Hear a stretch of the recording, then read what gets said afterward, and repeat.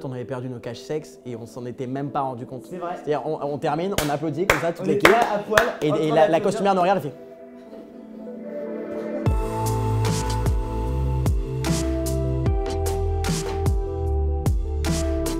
Les scènes de sexe hétérosexuel dans les films sont trop là en fait. À l'inverse, tu vois, des scènes d'amour homosexuel, il y en a très peu. C'est un truc où on va faire 2 bisous parce qu'il faut pas trop montrer, il faut pas choquer. À quel moment il faut pas choquer? À un moment donné, soit on fait vraiment une série, on montre la réalité du monde, on essaye de vivre ce que des gens vivent, c'est-à-dire de donner corps à ces personnages et à cette histoire d'amour, soit on le fait pas. Déjà embrasser des filles ou des mecs dans votre vie, à un moment donné, mettez la langue, mais il faut voir de l'amour. La première question qu'on m'a posée quand je suis arrivé au casting de Scam, c'est est-ce que ça te dérange d'embrasser un garçon?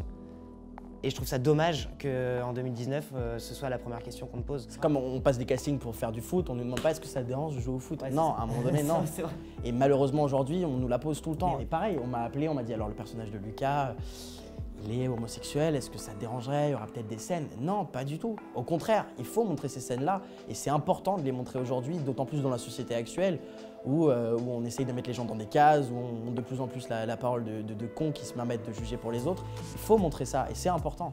J'apprends que des acteurs refusent des rôles parce qu'il faut embrasser un mec. À quel moment? Après, chacun fait comme il veut, mais C'est d'ailleurs, tu vois, on défend. J'ai déjà eu des messages qui me disaient ouais mais t'es pas homosexuel, t'as pas à jouer ce rôle et tout. Je trouve ça très dommage que quelqu'un pense qu'un gay doit être joué par un gay. En fait, je trouve que ça va à l'encontre, tu sais, de ce message d'ouverture que la communauté LGBT fait passer et qui prend de plus en plus de poids en fait. C'est hyper sain et c'est hyper important pour libérer la parole autour de ça que justement des hétérosexuels puissent défendre ce combat-là et défendre des rôles homosexuels, trans, bi. On a tous été amoureux, que ce soit d'une meuf ou d'un mec, c'est la même chose. Il faut banaliser ça, c'est normal de tomber amoureux, c'est normal d'avoir des envies sexuelles avec quelqu'un, on s'en fout que ce soit un mec ou une meuf.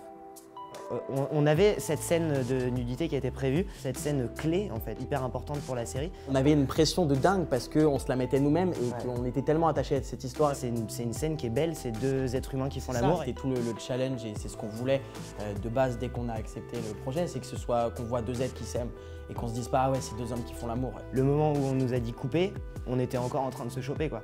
C'est-à-dire qu'on n'a même pas entendu notre réel, il est venu nous chercher en fait sur le set et il nous a décollé en mode c'est bon les gars, c'est coupé quoi. Mais on était tellement connectés, on était tellement en symbiose avec nos personnages que en fait la scène était hyper naturelle. On avait perdu nos caches sexe et on s'en était même pas rendu compte. C'est vrai. C'est-à-dire on termine, on applaudit comme ça toute l'équipe. On était là à poil. Et la costumière nous regarde et fait. Les gens s'identifient vraiment à Scam, c'est un espace de liberté totale où on peut parler de choses de la vie, de l'adolescence sans avoir l'impression d'être jugé. La réalité, elle est que parfois on fait son coming out et ça se passe pas comme on l'aimerait, que ça peut être les parents, ça peut être les amis, ça peut être le travail. C'est important de montrer qu'aujourd'hui la société parfois réagit comme une conne et des personnes se permettent de dire que parce qu'on a une sexualité qui est comme ça, et ben on est différent. Parce qu'il y a vraiment des cons qui se rendent pas compte que ça peut blesser des gens et que ça peut mettre des années à aller mieux. Et on a tendance à négliger ça, et on a tendance à le banaliser, à dire oui, ça passera, mais aujourd'hui, il y a encore des gens qui se suicident. Et ça, c'est important de le dire. Et c'est un truc qu'il faut en parler, et on en parle mal et on en parle bien dans Scam.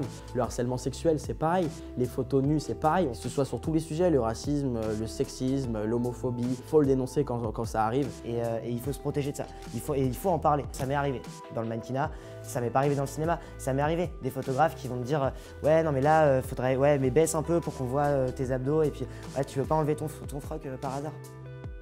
Mais les rares fois où ça m'est arrivé, j'ai eu la présence d'esprit à en parler. Mais c'est vrai que là où ça se complique, c'est à l'échelle de, je pense, de gros réalisateurs et de gros metteurs en scène. Quand quelqu'un a des rêves plein la tête, ça te donne un moyen de pression. C'est très facile de le manipuler. C'est le côté pervers du pouvoir. Et c'est le côté pervers du pouvoir, et c'est un enfer. De métier. Et c'est très dur de s'en... Ouais. Non, enfin, pardon, mais... Non, mais t'as raison. T'as très bien raconté tes phrases. Et chaque personnage prend le personnage principal.